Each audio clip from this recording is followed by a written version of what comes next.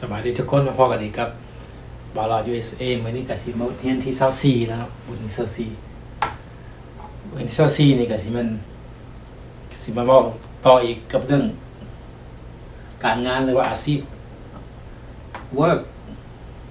job career พวกนี้ใช้คล้ายๆเคียงกันเนาะแปลว่าการงานหรือว่าอาชีพการงานหรือว่าอาชีพ work job career work job career การงานหรือว่าอาชีพบอกเขาจะเข้าใจอยู่ครับว่า what kind of work you do what job do you have นะจะมีการอย่างการ what do you do for a living เนาะเขาจะถามว่าเจ้าเฮ็ดเวียกหยังนะ what do you do เจ้าเฮ็ดหยัง for a living เจ้าเฮ็ดหยังเพื่อชีวิตเนาะเพื่อเลี้ยงชีวิต for a living แปลว่าเพื่อเลี้ยงชีวิตWhat do you do for a living จะเฮ็ดเวียกหยังแปลง่ายๆคำเล่า What kind of work do you do คำถามคล้ายกันเขาใช้ตัวนี้ก็ได้นะ What kind of work do you do What kind of work ถ้าแปลตามตัวก็เวียกชนิดใดที่เจ้าเฮ็ดเวียกชนิดใดที่พระเจ้าเฮ็ดแปลตามตัวมันก็สิบ่เข้าใจปานนั้นเนาะเขาก็แปลรวมกันเลยว่าเจ้าเฮ็ดเวียกหยัง What kind of work do you do ว่าเจ้าเฮ็ดหยัง kind of work เวียกชนิดใดที่ว่าเจ้าเฮ็ดเขาสิแปลไปตามตัวก็สิบ่เข้าใจปานนั้นเนาะเขารวมกันเลย What kind of work do you do แปลว่าเจ้าเฮ็ดเวียกหยังตัวนี้ What do you do for a living แปลว่าอันนี้คือกันว่าเจ้าเฮ็ดเวียกเฮ็ดงานหยัง She is a receptionist she ใส่กับผู้หญิงผู้หญิงคนนั้นเป็น receptionist แปลว่าพนักงานต้อนรับพนักงานต้อนรับ receptionist ตอนเข้าไปห้องหมอหรือว่าไปห้องแฮมอย่างเขาก็จะเห็นพนักงานที่ว่าเป็นทางหน้านะต้อนรับเขาเอิ้นว่า receptionist ที่เขาสิต้อนรับเขาสบายดียินดีต้อนรับเพิ่นก็สิบอกนะพวกนั้นพวก receptionist พวกเฮ็ดเวียกพนักงานต้อนรับเนาะ she is a receptionist he is a receptionist I am a driver แปลว่า drive ว่าขับเอา er มาใส่เป็นคนขับรถเนาะ drive คันว่า drive ซื่อๆนี่แปลว่าขับรถ drive เอา r มาใส่เอิ้นว่า driver แปลว่าคนขับรถI drive a car ค่อยขับรถ I drive a car ค่อยขับรถ she drives a car เราขับรถ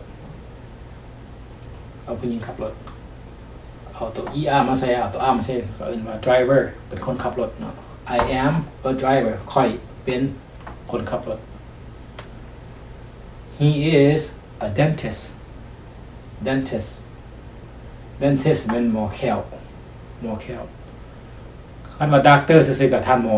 เขาก็บ่ฮู้ว่าหมอหยังนะหมอมันก็มีหลายหมอเนาะหมอปวดนั่นปวดนี่หมอปวดโรคมะเร็งหมอสินะคนละหมอเขาก็คันว่า dentist ก็เข้าใจว่าหมอเกี่ยวกับแควเนาะ He is a dentist แล้วผู้ชายคนนั้นเป็นหมอปวดแคว He is a dentist She is an actor She is เอาผู้หญิงคนนั้นเป็นนักแสดง actress นะผู้หญิง He is an actor เขาเป็นผู้หญิงเขาเอิ้นว่า actress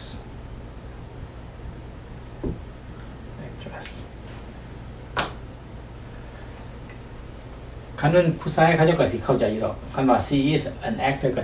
สิเข้าใจคือกันแต่ว่าใส่ถึกแท้ๆต้อง actress ผู้หญิงเป็น actress เนาะคันว่าผู้ชายก็ he is an actor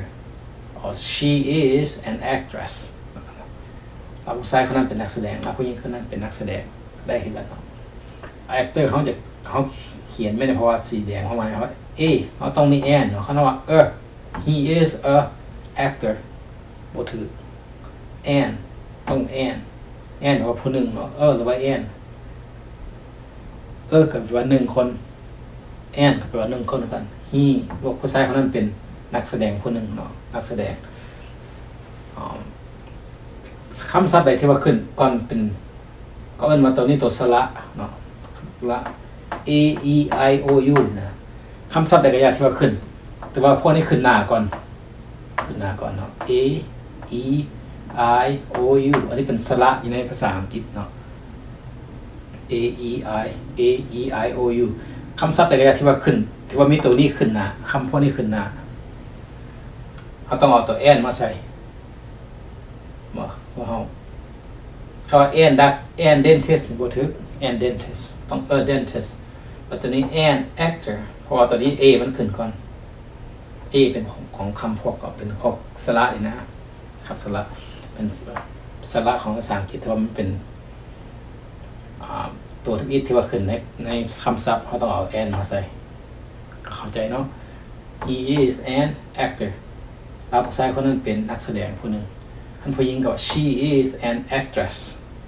เขาบอกคันว่านี่บ่ถูกต้องเอา and เพราะว่าตอนนี้มันขึ้น a ก่อน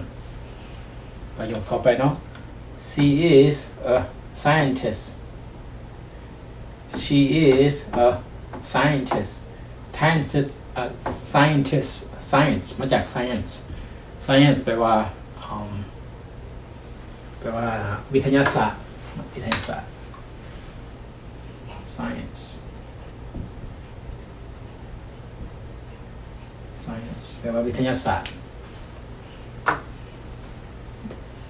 เขาเอาตัว scientist เป็นว่านักวิทยาศาสตร์ผู้หญิงคนนั้นเป็นนักวิทยาศาสตร์ she is a scientist คำว่า she is an บ่สิพอแต่มันบ่ได้ขึ้นเป็นบนตัวสระมาใส่นะบนตัวพวกนี้มันเป็นตัว s คำศัพท์ตัวนี้ scientist แล้วก็ she is a scientist แล้วผู้หญิงคนนั้นเป็นนักวิทยาศาสตร์ he is an engineer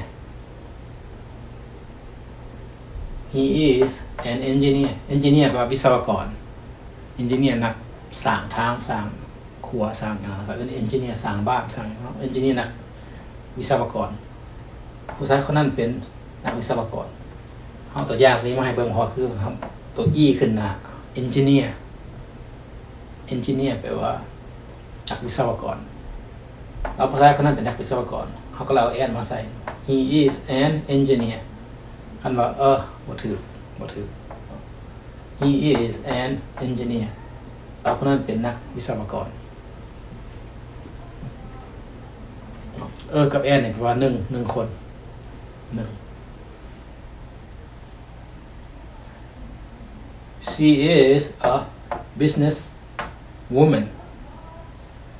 she is a business woman business แปลว่าการค้า business การค้าผู้หญิง woman เนี่ยผู้หญิงแปลความว่าผู้หญิงคนนั้นเป็นนักธุรกิจการค้า business woman อันนี้มันธุรกิจ woman เป็นผู้หญิงเนาะ business woman แปลว่าเป็นนักธุรกิจผู้หญิงเป็นผู้หญิงคนนั้นเป็นนักธุรกิจการค้า she is a business woman ผู้หญิงคนนั้นเป็นนักธุรกิจการค้าประโยคสุดท้ายนะ he is a businessman man เป็นผู้ชาย woman ผู้หญิง he is a business woman business เป็นการค้า man ผู้ชาย he ผู้ชายคนนั้นเป็นนักธุรกิจการค้า he is a businessman อันนี้ก็แม่นบทเรียนที่24เขาเอาอาชีพต่างๆมาให้พี่น้องได้ฮู้ต่างๆกับวิธีการใช้กับ and อธิบายวิธีใช้กับ and นี่ค่ะคำศัพท์ใดขึ้นกับพวกนี้นะเขาเอา and มาใส่ เอามื้อนี้ก็บ่เท่านี้เนาะบทเรียนที่24มื้อหน้าก็เอาพอกันใหม่ในบทเรียนที่25เนาะเฮาก็ฝากติดตามช่องเฮาบ่ให้ผู้อื่นรู้จักนำเนาะกดไลค์กดแชร์แล้วก็กด Subscribe เพื่อนก็สิได้รู้เนาะถ้าผู้ใดเข้ามาพอบทเรียนตัวนี้แล้วอยากไปเรียนกลับหลังหรืออยากไปลืมคืนว่าสิซอกหาอย่างในบทเรียนเก่าที่ผ่านมาแล้วนะง่ายๆเนาะตีเข้าไปเลยช่องบาวลาว USA เนาะบาวลาว USA คำเดียวมันก็จะขึ้นมาในห้องเอาบทเรียนเข้าไปในช่อง Facebook แล้วก็ช่อง YouTube นั่นเนาะก็ช่วยติดตามเนาะในช่อง YouTube หรือว่า Facebook เนาะขนาดว่าอยู่ในช่อง YouTube มันสิเห็นแจ้งก่อนกันใน YouTube วิดีโอเอาขึ้นไปใน YouTube ดิสังเกตว่ามันสิแจ้งก่อนกันให้พี่น้องไปตามบ้างใน YouTube คันมี YouTube บาวลาว USA ตีเข้าไปเลยพิมพ์เข้าไปในสองพวกนี้นะ Facebook หรือว่า YouTube มันจะขึ้นมาแล้วเนาะบทเรียนพวกนี้บทเรียนอื่นๆพี่น้องไปติดตามบ้างเนาะเอาวันนี้ก็เท่านี้ขอบใจพอกันไว้เท่านั้น